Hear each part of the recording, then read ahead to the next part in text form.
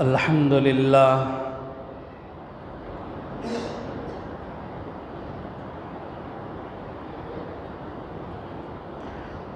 الحمد للہ نحمده ونستعینه ونستغفره ونؤمن به ونتوکل علیہ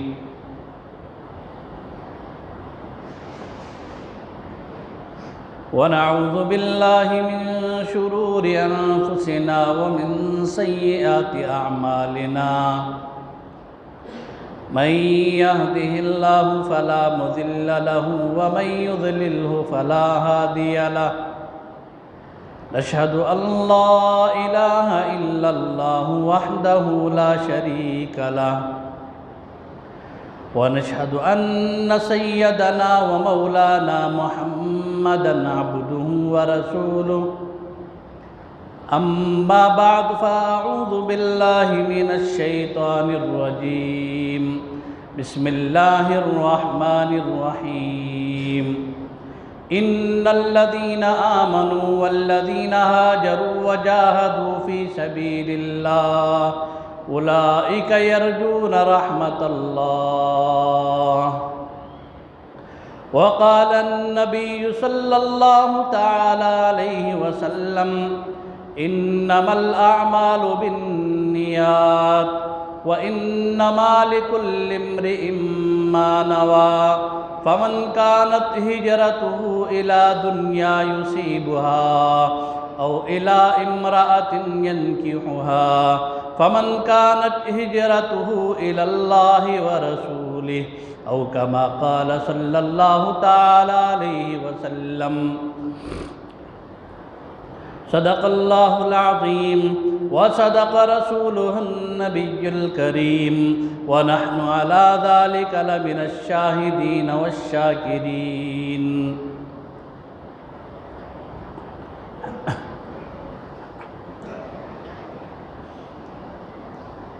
محترم حاضرین کرام،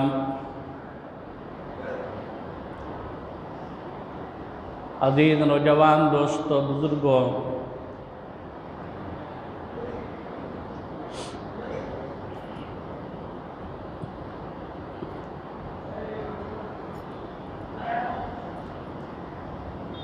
قرآن کریم میں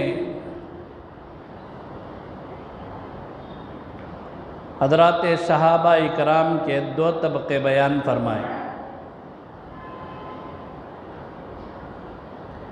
ایک حضرات انصار کا طبقہ ہے اور ایک حضرات مہاجرین کا طبقہ ہے۔ کلی طور پر ایک جگہ اللہ نے فرمایا والذین اتبعوہم بإحسان، اور یہ وہ مقدس جماعت ہے، صحابہ کی جماعت، انصار کی ہو یا مہاجرین کی، جو بھی ان میں سے صحابہ کی اتباع کر لے وہ کامیاب ہے، اس لیے کہ صحابہ اللہ کے نبی کے نقش قدم پر چلے اور تابعین صحابہ کے نقش قدم پر چلے۔ ایک سلسلہ ہے، اللہ کے نبی کے نقش قدم پر صحابہ چلے، صحابہ کے نقش قدم پر تابعین چلے، تابعین کے نقش قدم پر تبع تابعین چلے۔ ایک سلسلہ ہے، یہ امت کو قیامت تک باقی رکھنے کے لیے۔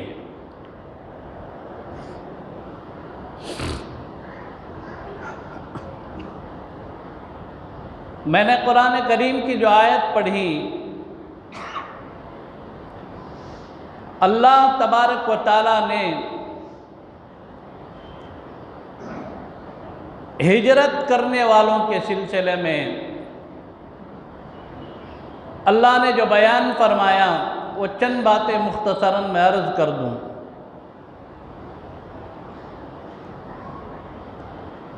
ان الذین آمنوا والذین ہاجروا وجاہدوا فی سبیل اللہ، بے شک وہ لوگ جو آمنوا ایمان لائے، والذین ہاجروا اور وہ طبقہ جنہوں نے ہجرت کیا، وجاہدوا فی سبیل اللہ اور اللہ کے راستے میں مجاہدہ کیے، مشقتیں برداشت کیے، اولئک یرجون رحمت اللہ، یہ وہ طبقہ ہے جو اللہ کی رحمت کے بہت قریب امیدوار ہے۔ یہ آیت کا ترجمہ ہوا سید المحدثین حضرت امام بخاری نور اللہ مرقدہ نے اپنی بخاری میں جو پہلی روایت لے کر آئی وہ یہ ہے کہ عن عمر بن الخطاب رضی اللہ تعالیٰ عنہ قال قال سمعت رسول اللہ صلی اللہ علیہ وسلم یقول علی المنبر،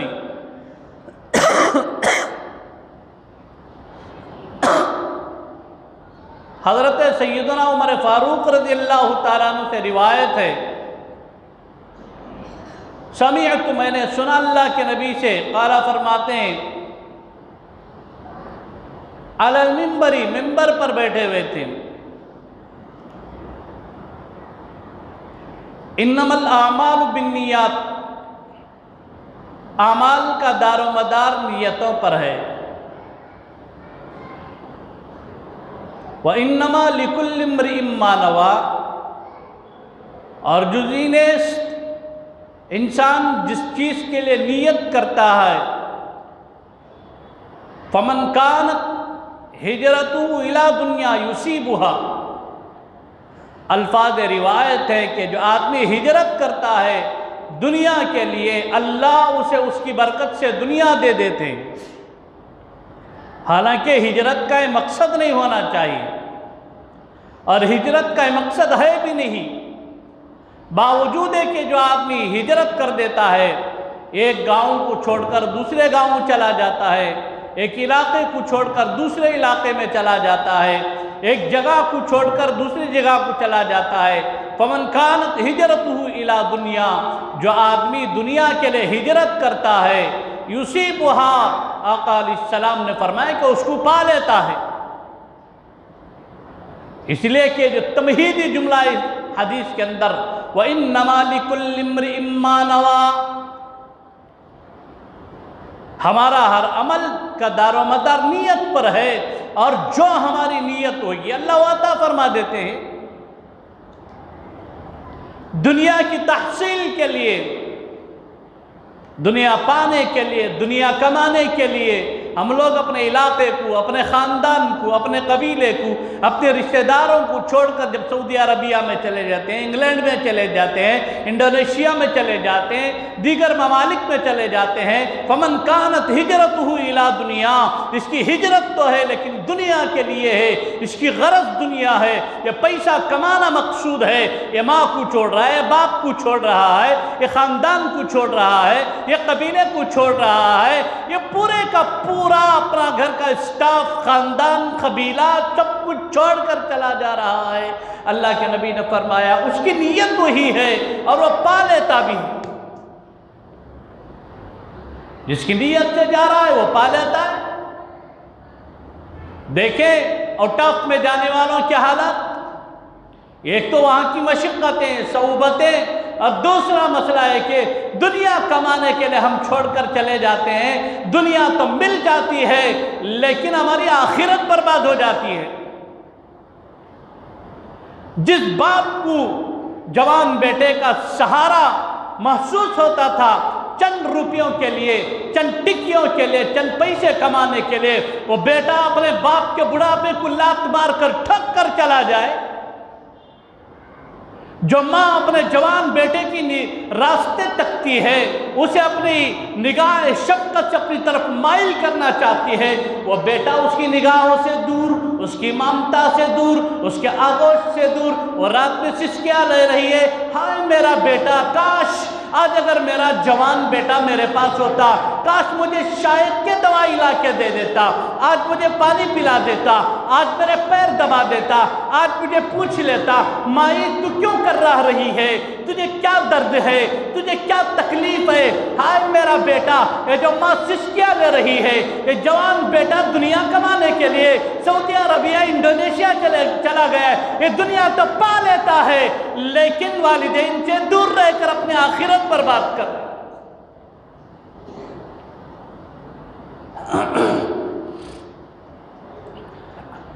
ماں مر گئی، باپ مر گیا، بھائی مر گیا، خاندان کے لوگ انتقال کر گئے، وفات پا گئے، ان کی دیدار کا موقع نہیں، فلیٹ لیٹ ہو گئی، تب تک انتظار نہیں کر سکتے، تدفین ہو گئی، واپس جب آ رہے ہیں کون سا پیسہ کس کام کا ہے؟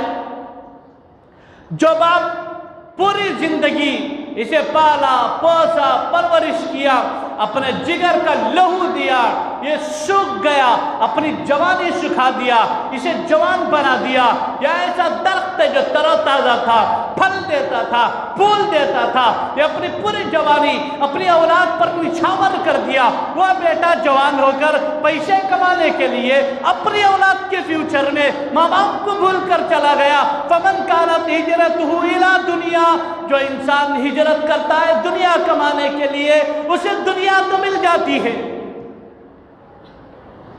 جو ہماری نیت ہوتی ہے ویسے فیصلے ہوتے ہیں، دنیا کمانا چاہتے ہیں دنیا مل جاتی ہے، او الی امرات، یا کسی عورت سے نکاح کا ارادہ رکھتا ہے اور بھی پورا ہو جاتا ہے۔ لیکن ہجرت کیا ہے اصل میں؟ فمن کانت ہجرتہ الی اللہ ورسولہ، لیکن جو ہجرت کیا اللہ کے لیے اور رسول اللہ کے لیے، یعنی مطلب اللہ کی خوشنودی کے لیے، اللہ کے دین کے لیے، اللہ کے دین کی فروغ کے لیے، اللہ کے دین کی بقا کے لیے، سنتوں کے احیاء کے لیے اپنے گھر کو چھوڑا، خاندان کو چھوڑ دیا، قبیلے کو چھوڑ دیا، گھر کی دہلیز چھوڑ کے باہر نکل گیا، یہ جو نکلنا ہے فمن کانت ہجرتہ الی اللہ ورسولہ، جو آدمی ہجرت کرتا ہے اللہ اور اس کے رسول کے لیے وہ اس کو پا لیتا ہے۔ یہ گھر سے نکلا ہے اللہ کی خوشنودی کے لیے، یہ گھر سے نکلا ہے اللہ کی رضا کے لیے، دوسرا کوئی مقصد نہیں ہے۔ جماعتوں میں لوگ دور دور سے آ جاتے ہیں، علماء اپنا گھر بار چھوڑ کے چلے جاتے ہیں، مجاہدین اپنا بوریا بستر چھوڑ کر چلے جاتے ہیں۔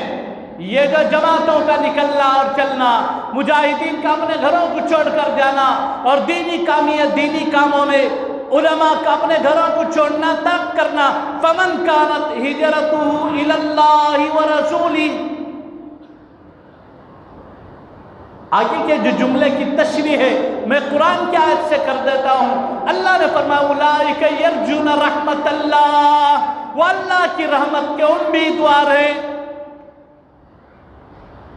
اب جسے اللہ کی رحمت مل گئی اب اسے کس چیز کی ضرورت ہے؟ دنیا میں بھی اور آخرت میں بھی۔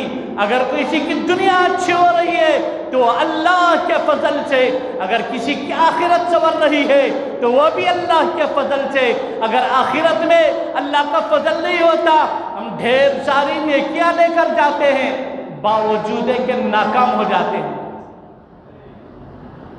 ہارون الرشید تخت پر بیٹھا ہوا تھا، حضرت امام بہلول رحمت اللہ علیہ ایک دن آئے، دیکھا کہ ہارون رشید کا تخت خالی پڑا ہوا ہے، گئے تخت پر بیٹھ گئے۔ حضرت امام بہلول کا جو لباس تھا وہ جگہ جگہ سے پھٹا ہوا تھا، پراگندہ بال تھے اور میلے کچیلے کپڑے پہنا کرتے تھے، مجذوب تھے، اللہ کی محبت میں غرق ہو چکے تھے۔ اب ان کو دنیا کا ہوش و حواس ختم ہو چکا تھا۔ حضرت امام بہلول گئے، ہارون رشید کی کرسی پر بیٹھ گئے، تخت پر بیٹھ گئے۔ ہارون رشید کے وزراء اور درباریوں میں سے ایک آدمی آیا، اس نے کہا کہ حضرت آپ تخت سے اٹھ جائیے۔ ہارون رشید نے کہا کہ میں بیٹھا ہوں، اس میں آپ کو کیا عرض ہے، کیا پریشانی ہے؟ کہا نہیں، یہ تو بادشاہ سلامت کی کرسی ہے، بادشاہ کی گدی پر کوئی عام آدمی آ کر بیٹھ جائے، یہ کیسے ہو سکتا ہے؟ جب بہلول نے نہیں مانا تو انہوں نے مسلسل کوڑے مارنا شروع کر دیے۔ کوڑے برس رہے، مار رہے ہیں اور مار کھاتے جا رہے ہیں۔ بہلول کے چہرے پر مسکراہٹ ہی مسکراہٹ ہے، ہنس رہے ہیں، مسکرا رہے ہیں۔ ہارون رشید جب باہر سے اندر داخل ہوئے تو انہوں نے کہا بھائی رک جاؤ، کیا کر رہے ہو تم لوگ، کیوں اس بیچارے کو مار رہے ہو؟ مارنے والے نے کہا کہ حضرت یہ آپ کی تخت پر، آپ کی کرسی پر، آپ کی گدی پر بیٹھ گیا، ہم اسے اٹھانا تو چاہتے تھے شرافت سے، سمجھا کر، سلجھا کر، منا کر، لیکن یہ تو مان ہی نہیں رہا۔ اس نے ہمیں مجبور کر دیا کوڑا اور ڈنڈا اٹھانے پر، ہم مجبوری میں اس پر کوڑا اور ڈنڈا اٹھا رہے ہیں۔ ہارون رشید نے کہا رکو، اس سے بھی تو پوچھ لیتے ہیں، یہ تم نے اپنا کام کر دیا، اسے بھی تو پوچھ لیتے ہیں۔ پوچھا کہ بہلول یہاں بیٹھنے کی کیا ضرورت تھی؟ کہا کہ بادشاہ سلامت ہارون رشید، میں آپ کو یہ سبق دینا چاہتا ہوں، جس گدی پر میں نے چند لمحے بیٹھے مجھے اتنی مار پڑ رہی ہے اور تم اتنے برسوں سے بیٹھے ہو، تمہارا کیا ہے؟ چند لمحے میں بیٹھا اور میرا یہ حال ہے، اور تمہاری تو سلطنت ہے، اس کرسی کے تم مالک ہو، اسی کرسی پر بیٹھے ہوئے ہو، اب آپ بتائیے آپ کا کیا مسئلہ ہے؟ اور وہ بھی یہ دنیا ہے، یہ دنیا کے اندر میں جب آپ کی کرسی پر بیٹھ گیا، مجھ پر کوڑے برس رہے ہیں، مجھے باقاعدہ مارا جا رہا ہے، پیٹا جا رہا ہے، اور آپ مسلسل اسی پر بیٹھتے ہیں، تو پھر اللہ کیا آپ کا کیا مسئلہ ہے؟ اس کے بعد کہا کہ ہارون میں ایک اور بات پوچھ کر چلا جاتا ہوں۔ ٹھیک ہے پوچھو، کیا آپ کو شدت کی پیاس لگتی ہے پانی کی؟ کہاں پیاس لگتی ہے؟ کیا آپ پانی پینا چاہتے ہیں؟ ہاں پانی پینا چاہتا ہوں۔ ایسا حال آ جائے کہ آپ کی جان حلق پر آ گئی، آپ کو پانی کی ضرورت محسوس ہو رہی ہے، ایسے وقت میں ایک گلاس پانی لا کر آپ کے پاس کھڑے ہو کر آپ سے کہا جائے کہ بادشاہ سلامت، کیا آپ یہ گلاس پانی کو آپ کی آدھی سلطنت میں فروخت کرنا چاہیں گے؟ عالم یہ ہے کہ آپ کی جان اٹک رہی ہے، آپ کی حلق تک جان آ گئی، مارے پیاس کے آپ کی حلق سسکیاں لے رہی ہے۔ ہارون رشید نے کہا واقعتاً اگر عالم ایسا ہی ہے تو میں ایک گلاس پانی کو اپنی آدھی سلطنت کے عوض میں دینے کے لیے تیار ہوں۔ حضرت امام بہلول نے فرمایا تو پھر آپ کی آدھی سلطنت کی قیمت صرف ایک گلاس پانی۔ اچھا آپ نے پانی پی تو لیا، لیکن آپ کو پیشاب کا تقاضا لگا ہوا ہے، آپ پیشاب کرنا چاہتے ہیں لیکن پیشاب باہر نہیں نکل رہا ہے۔ ایسے وقت میں آپ کا پیشاب باہر نکالنے کے لیے اگر کوئی حکیم علاج تجویز کرے اور کہے کہ بادشاہ سلامت آپ کا پیشاب خارج کرنے کے لیے ایک گلاس آپ کا پیشاب خارج کرنے کے لیے قیمت آدھی سلطنت لگے گی، کیا آپ کو منظور ہے؟ اگر آپ نہیں چاہتے تو پھر آپ ہاتھ سے جان دھو بیٹھیں گے۔ ہارون رشید نے کہا کہ ایسے وقت میں اپنی آدھی سلطنت بھی دے دوں گا۔ حضرت امام بہلول نے فرمایا ہارون اب تو پورا فلسفہ سمجھ میں آ گیا ہوگا، اب تو پوری بات سمجھ میں آ گئی ہوگی، اب تمہاری پوری سلطنت کی قیمت صرف ایک گلاس پانی، یہ گلاس پانی کو تم نے پیا آدھی سلطنت ختم ہو گئی، ایک گلاس پانی باہر نکالنے کی آدھی سلطنت۔ اب مسئلہ یہ ہے کہ تو پورے کل تمہاری سلطنت ہے وہ ایک گلاس پانی کے برابر بھی نہیں ہے، تو پھر آپ دیکھ لیجئے میں اور آپ جو پیسے کماتے ہیں اللہ کو ناراض کر کے، رسول اللہ کو ناراض کر کے، والدین کی نافرمانی کر کے، والدین کو تھو چھی کر کے، والدین کے منہ پر تانے دے کر، تو پھر ہماری کمائیوں کا کیا حال ہے؟ ہجرت کرو تو ایسے کرو، فمن کانت ہجرتہ الی اللہ ورسولہ، آدمی گھر چھوڑ کر باہر نکلے، آدمی ہجرت کرے تو اس کی ہجرت اللہ اور اس کے رسول کے لیے ہو۔ اب ہمارے سامنے ہے نمونہ، اللہ اور اس کے رسول کے لیے ہجرت کا مطلب ہے کہ کلی دینی کام جتنے ہیں ان دینی کاموں میں لے اپنا مال، اپنا جان، اپنا وقت جو لگا کر باہر نکلتے ہیں ہم لوگ، تو پھر یہ ہوا فمن کانت ہجرتہ الی اللہ ورسولہ، جو آدمی اللہ اور اس کے رسول کے لیے ہجرت کرے وہ اسے پا لیتا ہے۔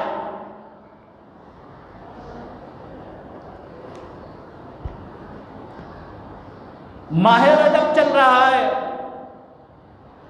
اللہ کے نبی صلی اللہ تعالی علیہ وسلم اِنَّا أَرْسَلْنَاكَ بِالْحَقِّ بَشِيرًا وَنَذِيرًا، نبی پاک صلی اللہ تعالی علیہ وسلم کو اللہ نے فرمایا اِنَّا أَرْسَلْنَاكَ، اے پاک پیغمبر ہم نے آپ کو رسول بنا کر بھیجا، بالحق داعیاً، حق کا دائی بنا کر بھیجا، دین حق کا دائی بنا کر ہم نے دنیا کے اندر بھیجا ہے، بِإِذْنِهِ، اللہ کے حکم سے، وَسِرَاجًا مُنِيرًا، آپ کا جو دین ہے، آپ کی جو محنت ہے، یہ سراجًا منیر کی طرح واضح ہے، اس لیے کہ پیغمبر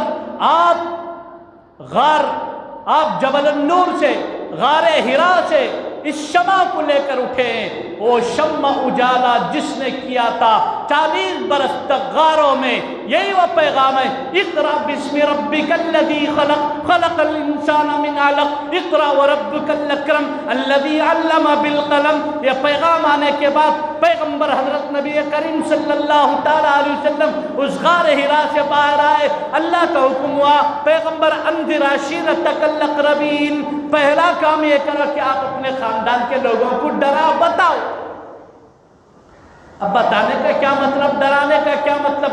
ھذا بلاغ للناس، لوگوں تک بات پہنچانا ہمارا کام ہے، ان کو دین کی دعوت دینا ہمارا کام ہے، ان کو نمازوں کی طرف بلانا ہمارا کام ہے، قوم کو اللہ اور اس کے رسول کے راستے پر لے کر آنا ہمارا کام ہے۔ لست علیہم بمسیطر، پیغمبر آپ کے ہاتھ میں ڈنڈا نہیں دیے ہیں کہ آپ ڈنڈا لے کر مسلط ہو جائے، آپ اتنا فکر کر رہے ہیں، آپ اتنا فکر کر رہے ہیں، لعلک باخع نفسک، پیغمبر ایسا لگتا ہے کہ آپ اپنے آپ کو نقصان میں ڈال دیں گے، یعنی اتنا سوچ رہے، اتنا پریشان ہو رہے ہیں آپ کے کہیں آپ کو کچھ نہ ہو جائے۔ ھذا بلاغ للناس، رسول اللہ آپ کا کام پہنچانا ہے، آپ کا کام تبلیغ کرنا ہے۔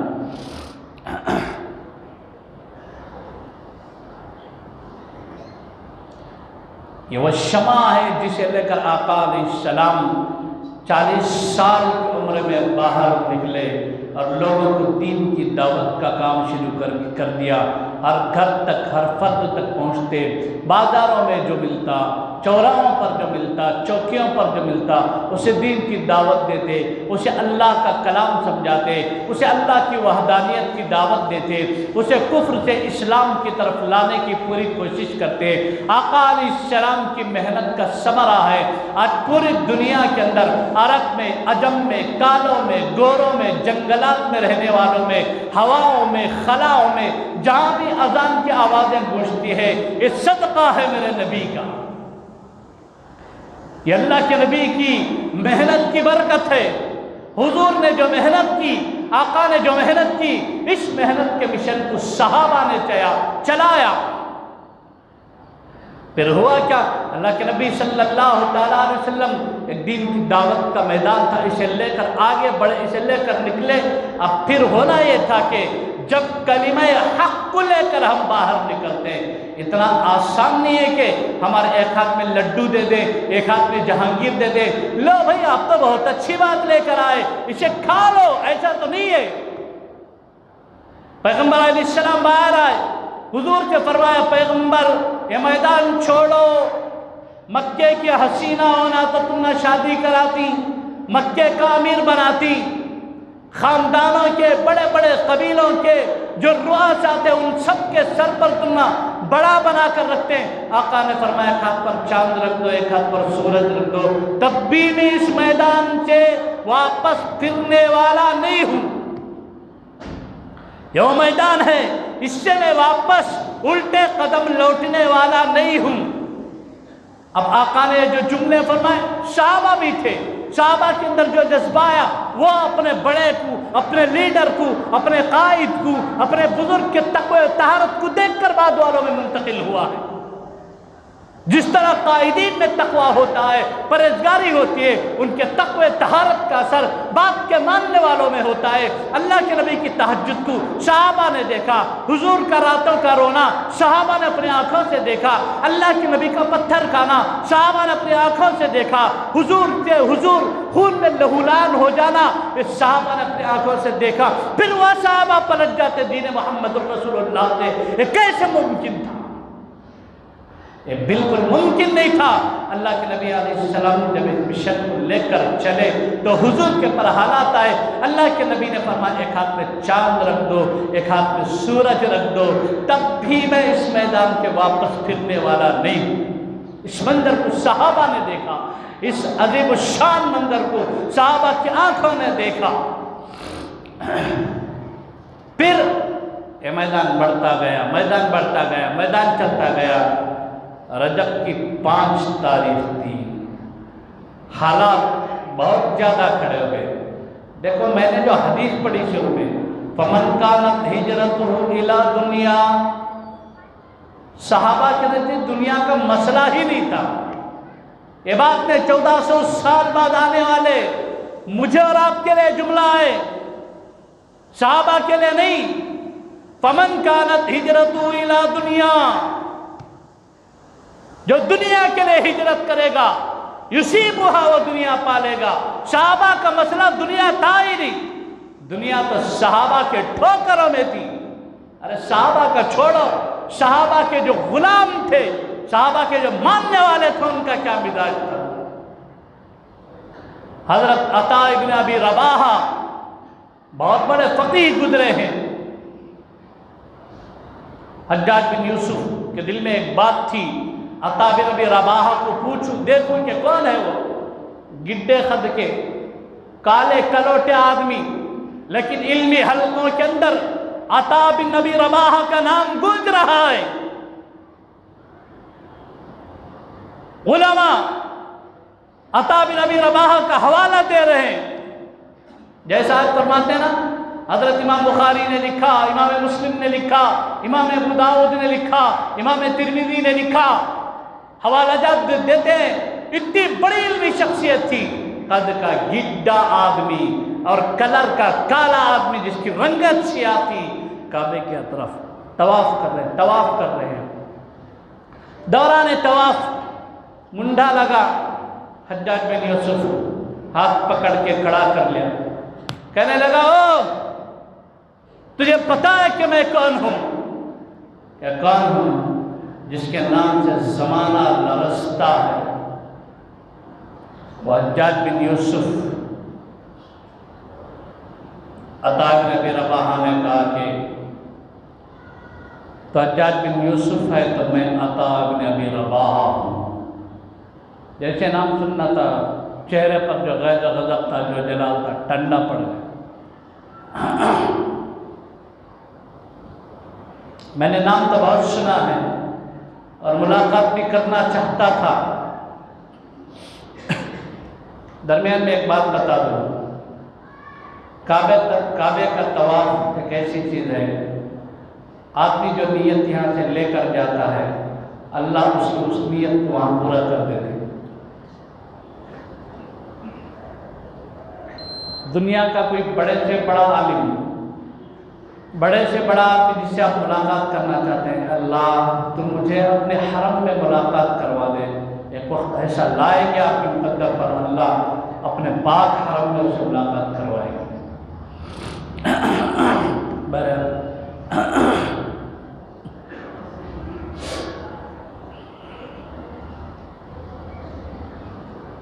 حجاج بن یوسف نے کہا کہ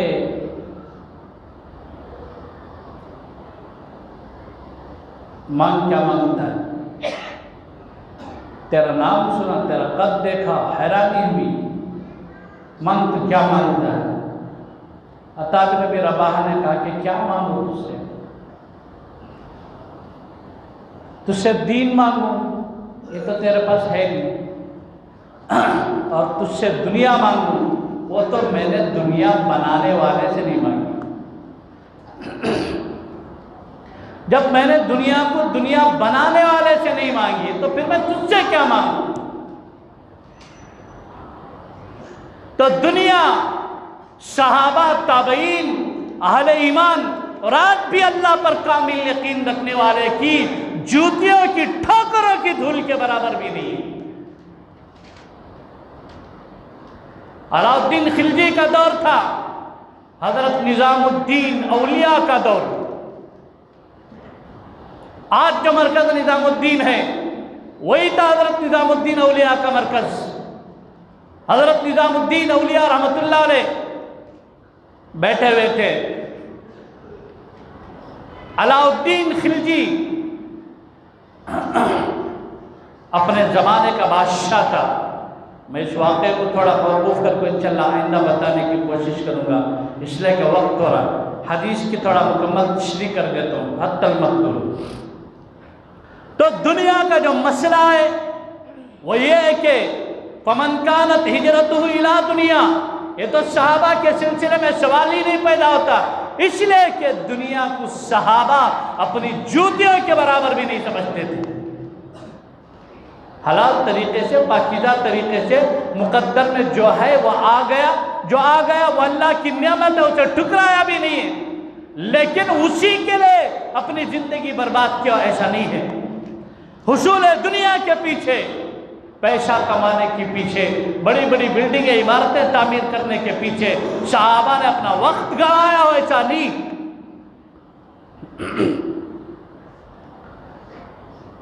تو اللہ کے نبی صلی اللہ تعالیٰ علیہ وسلم کے صحابہ نے جب دیکھا کہ مشرکین کی طرف سے مکے میں حالات روز بروز طول پکڑ رہے ہیں، آقا علیہ السلام کے پاس آئے، مشورہ کیا۔ حضور حضرت امام الانبیاء علیہ السلام نے فرمایا فَفِرُّوا إِلَى اللَّهِ، اب تم اللہ کی طرف چلو، سَيَجْمَعُكُمُ اللَّهُ، اب تم ہجرت کرو، اب مکے کو چھوڑو، اس لیے کہ حالات بہت زیادہ پیدا ہو گئے۔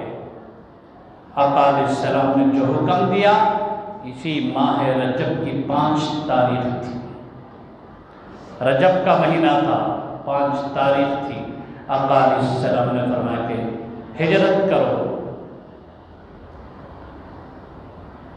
صحابہ اللہ کے نبی کو چھوڑ کر ایک لمحے کے لیے الگ رہنا پسند نہیں کرتے تھے،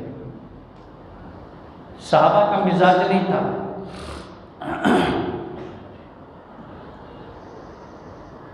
دین کی بنیاد پر جسے محبت کرتے ہیں، حق ہوتا ہے کہ اتباع کی جائے۔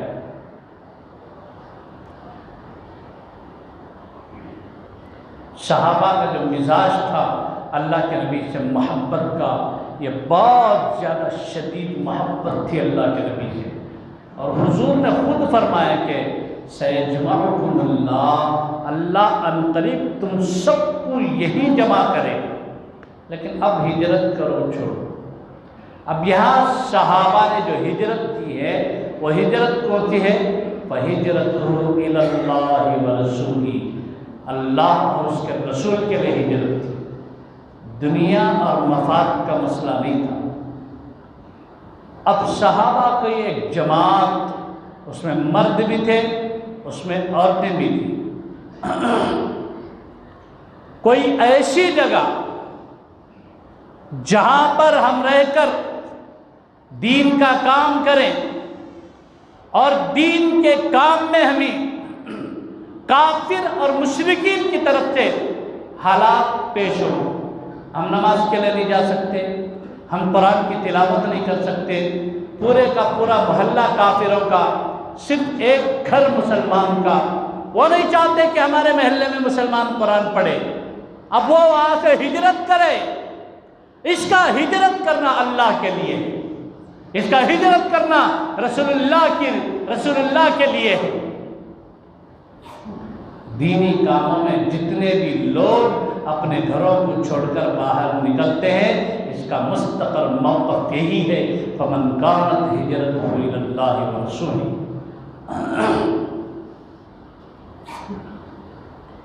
اب صحابہ نے ہجرت کیا، کہاں پہنچے، حالات کیا پیش آئے، اللہ کے نبی کی پیشین گوئی کیسے پوری ہوئی، پھر اس کے بعد مکے میں اسلام کیسے جڑ پکڑا، اسلام میں کیسی مضبوطی آئی، یہ ساری باتیں انشاءاللہ اللہ باقی رکھے اور اللہ توفیق دے تو اگلی جمعہ بتاتا ہوں۔ اللہ سے دعا فرماوے، اللہ مجھے اور آپ کو، اللہ پوری امت مسلمہ کو کہنے سننے سے زیادہ عمل صالح کی توفیق عطا فرمائے۔ اللہ تعالیٰ ہمیں نیک اور صالح بنائے، اللہ ہمیں موت سے پہلے سچی اور پکی توبہ کی توفیق نصیب فرمائے۔ آمین وآخر دعوانا ان الحمدللہ رب العالمین۔